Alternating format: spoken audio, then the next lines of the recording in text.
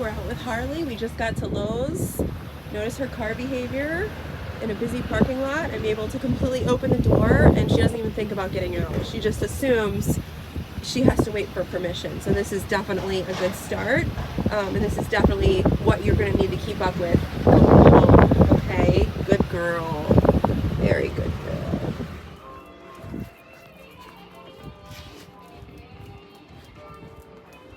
That's my good girl.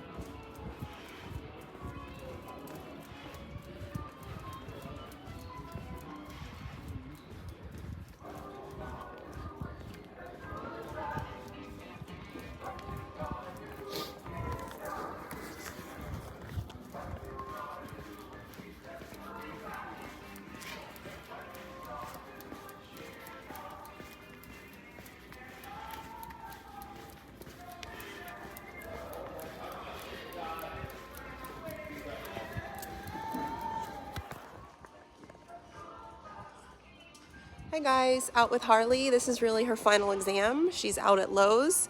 She actually goes home on Sunday. Today's Friday. So, we're walking her through the store. She's healing perfectly behind me. There's tons of people. I haven't heard her make a single sound. And this is the dog who used to bark crazy from the car.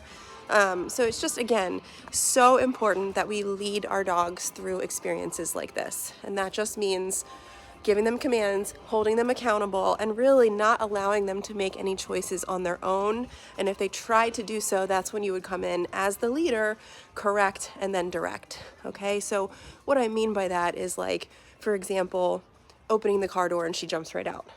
That would be a correction. Put her back. We want her to be waiting for permission in all of these moments where she normally would have done whatever she wanted. And if you start to stack those up throughout the day, you're just going to get a dog who follows and doesn't even think twice. And the stress just completely goes away because she now realizes, oh my gosh, like, I don't really even have to do anything other than listen to my people, and they got me. I really am relying heavily on them because my own choices suck, to be honest. All the barking and crazy behavior. Her owners couldn't walk her, pulling all over the place, couldn't hold a command. Okay. Got our dog in a follower position. See, her ears are back, her body's relaxed, her tail is neutral. She's just not worried about anything because she knows I'm handling it all.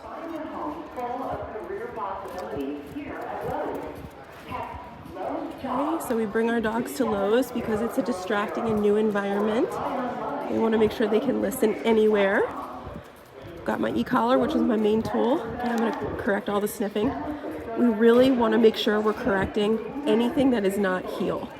So moving out of heel position, sniffing, so clicked right there, okay?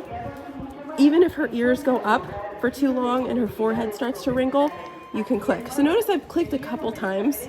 She keeps going back to the ground. So I'm gonna go from a 22 up to like a 30.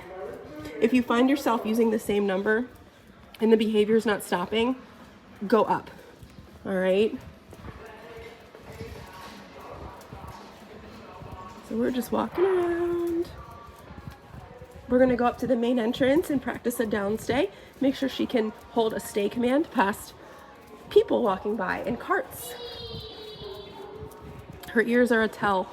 When her ears are back and relaxed, she's good.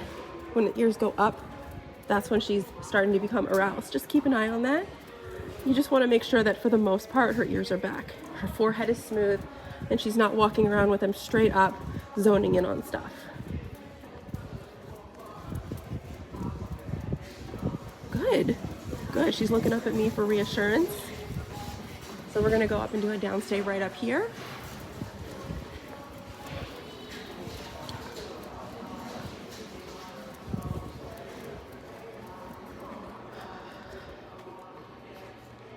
What a good girl.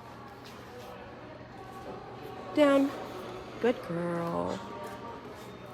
Okay, so this is going to be our spot.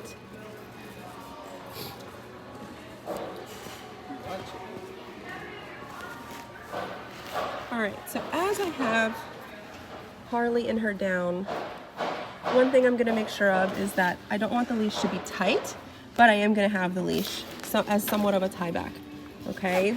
Another thing to keep in mind is I'm not going to allow people in her space. So as you can see, there's people walking by. If I see somebody approaching her and even trying to put her hand towards hers, I'll first give a verbal and then I'll body block. Okay, she doesn't want anyone to come near her. She doesn't want anyone to touch her. And so I will do whatever it takes to keep people away from her so she doesn't feel the need to have to do that, because if she does that, it's gonna be a nip. That's my girl. I want her to know she's doing so good right now. You get what you pet. So I'm petting a calm dog, and that's what I'm reinforcing. What a good girl.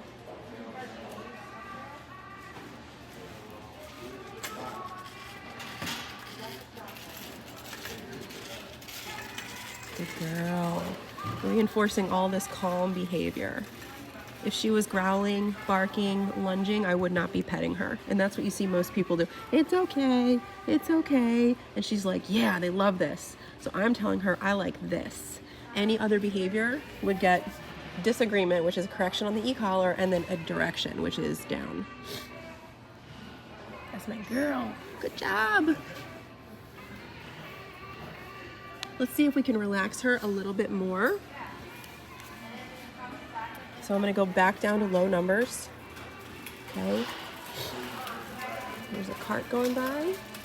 Down. Okay, we got a hip shift. The next thing I'm gonna go for is her chin on the ground. Okay, down. Okay, we shifted a little bit more. She's not listening to the chin on the ground, so I'm just gonna tap. And that does it. Okay, you see how that works? Yeah.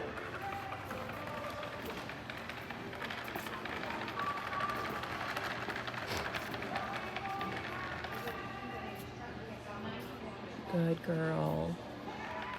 She's passing all my tests.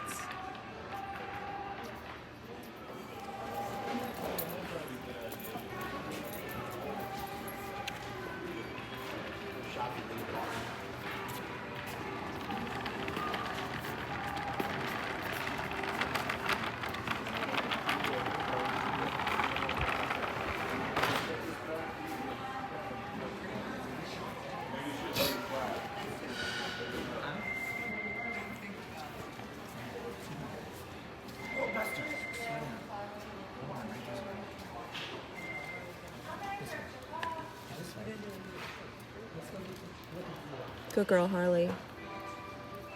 Awesome. She's passing all my tests. That's my baby girl. Stay. That's a good girl.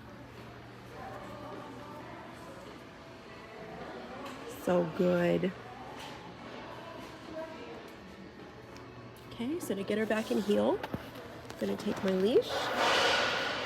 I like to do 1 or 2 loose loops.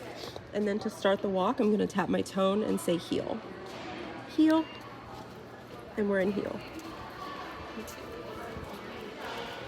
Tap my tone again because she's going behind my legs, and she's right back to that nice spot, which is behind my left leg. Walking down the main aisle full of people now. And remember, the only thing she needs to do is stay in this position. Anything else gets corrected.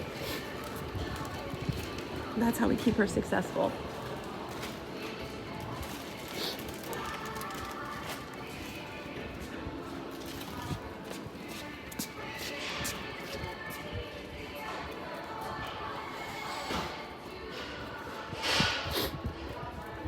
Hello.